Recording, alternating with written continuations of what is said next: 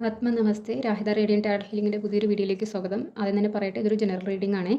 അപ്പം നമ്മുടെ ലൈഫിൽ നമുക്ക് എത്ര ശ്രമിച്ചിട്ടും ഒരു സിറ്റുവേഷനിൽ നിന്നൊരു നമുക്കൊരു സമാധാനപരമായിട്ടുള്ളൊരു സിറ്റുവേഷൻ അല്ലെങ്കിൽ ഒരു സ്റ്റക്കായി നിൽക്കുന്ന പോലത്തെ എന്ത് ചെയ്ത് മുന്നോട്ട് പോയാലും എന്തൊക്കെയോ ഒരു സ്റ്റക്ക് എനർജി, അല്ലെങ്കിൽ എവിടെ എന്തൊക്കെ കാര്യങ്ങളിൽ പോയാലും ഒരു സ്റ്റക്കായിട്ടുള്ളൊരവസ്ഥ. ഒരു ഒരു 5 വർഷമായിട്ടും ഒരേ ലെവലിൽ പോകുന്നു.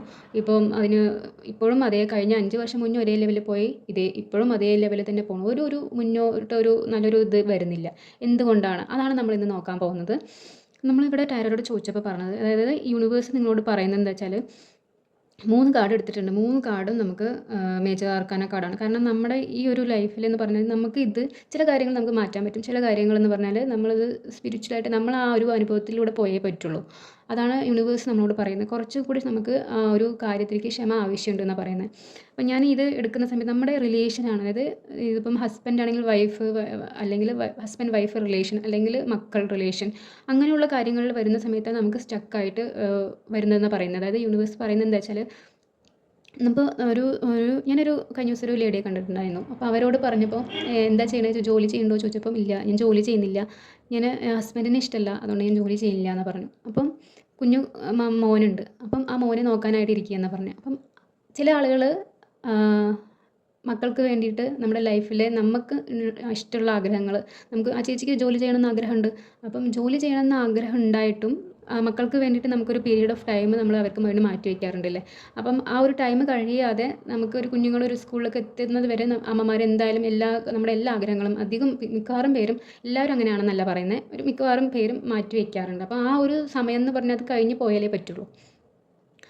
ചിലർക്കാണെങ്കിൽ ഗവൺമെൻറ് ജോലി കിട്ടിയ ആളുകൾക്കാണെങ്കിൽ അവരൊരു 6 മാസം 1 വർഷം വരെ നോക്കും. ബാക്കി വീട്ടിൽ മുതിർന്ന ആളുകളുണ്ടെങ്കിൽ അവരിൽ ഏൽപ്പിച്ചിട്ടാണ് ബാക്കി ജോലിക്ക് പോകുന്നത്. അങ്ങനത്തെ ആളുകളും ഉണ്ട്. അപ്പം എല്ലാം നമ്മൾ സമൂഹത്തിൽ കണ്ടുവരുന്നുണ്ടെങ്കിൽ പോലും ഈ ഒരു റീഡിങ്ങിലൂടെ പറയാൻ ആഗ്രഹിക്കുന്നത്, ഈ ഒരു ടൈം എന്ന് പറയുന്നത് നമ്മൾ ഫേസ് ചെയ്തേ പറ്റുള്ളൂ, അല്ലെങ്കിൽ ഈ ഒരു സമയം എന്ന് പറയുന്നത് നമ്മൾ കാത്തിരുന്നേ പറ്റുള്ളൂ എന്നാണ് യൂണിവേഴ്സ് പറയുന്നത്. അപ്പം ഇപ്പം നമുക്കൊരു പെട്ടെന്നൊരു നമുക്കൊരു ജോലിക്ക് പോകണം, അല്ലെങ്കിൽ വേറെ എന്തെങ്കിലും ഒരു കാര്യങ്ങൾ ബിസിനസ് തുടങ്ങണം, അല്ലെങ്കിൽ വേറെ ഏതെങ്കിലും ഇതിൽ പോകണം എന്നുണ്ടെങ്കിലും ഇതെല്ലാം നമ്മൾ ഈ ഒരു ടൈമിലൂടെ, നമ്മളൊരു കുഞ്ഞ് ജനിക്കാൻ ഒരു 9-9.5 മാസം വയറ്റിൽ ഇരിക്കുന്നത് പോലെ അതിലൊരു വെയിറ്റിംഗ് പീരീഡാണ്. ആ പീരീഡ് കഴിയാതെ നമുക്കൊരു കുഞ്ഞിനെ കിട്ടില്ല. അതേപോലെ തന്നെ ഈ ഒരു ടൈം കഴിയാനുള്ളൊരു ഇത് നമുക്ക് ഉണ്ടാകണം, ഒരു പേഷ്യൻസ് ഉണ്ടാകണം എന്നാണ് യൂണിവേഴ്സ് പറയുന്നത്.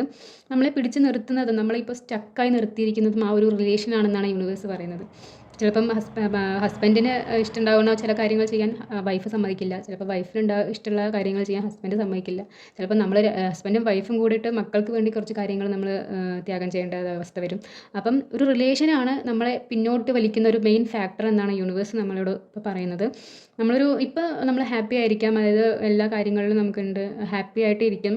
പക്ഷേ എങ്കിലും കുറച്ച് സമയം കഴിഞ്ഞ് കഴിഞ്ഞാൽ നമ്മുടെ ലൈഫ് മെറ്റീരിയൽ ലൈഫും ഇപ്പോൾ ഒരു സ്പിരിച്വാലിറ്റിക്ക് എൻ്റർ ചെയ്ത ആളുകൾ ഉണ്ടാവും. അവരായിരിക്കും കൂടുതലായിരിക്കും കേൾക്കുന്നുണ്ടാവുക. അവർക്ക് ഒരു സ്പിരിച്വൽ ലൈഫും മെറ്റീരിയൽ ലൈഫും തമ്മിലൊരു ബാലൻസ് ചെയ്തിട്ട്, ഒരു ഹൈ പ്രീസ്റ്റസിൻ്റെയാണ് കാർഡാണ് വന്നിരിക്കുന്നത്. അപ്പം അത് രണ്ടും കൂടിയിട്ടൊന്ന് ബാലൻസ് ചെയ്ത് പോകേണ്ട ഒരു അവസ്ഥയും കൂടിയിട്ട് വരുന്നതാണ് പറയുന്നത്. എന്തായാലും ഈ ഒരു സമയം കടന്നു പോകുമെന്ന് വിചാരിച്ചിട്ട്, നമ്മുടെ ഒരു സ്പിരിച്വൽ ലെസണാണ് നമുക്ക് ദൈവം തന്നതെന്ന് വിചാരിച്ചിട്ട് കുറച്ച് സമയം കൂടി നമ്മളോട് വെയിറ്റ് ചെയ്യാനാണ് പറയുന്നത്. പെട്ടെന്ന് ഒന്നും ചാടി ഒന്നും ചെയ്യാതിരിക്കുക.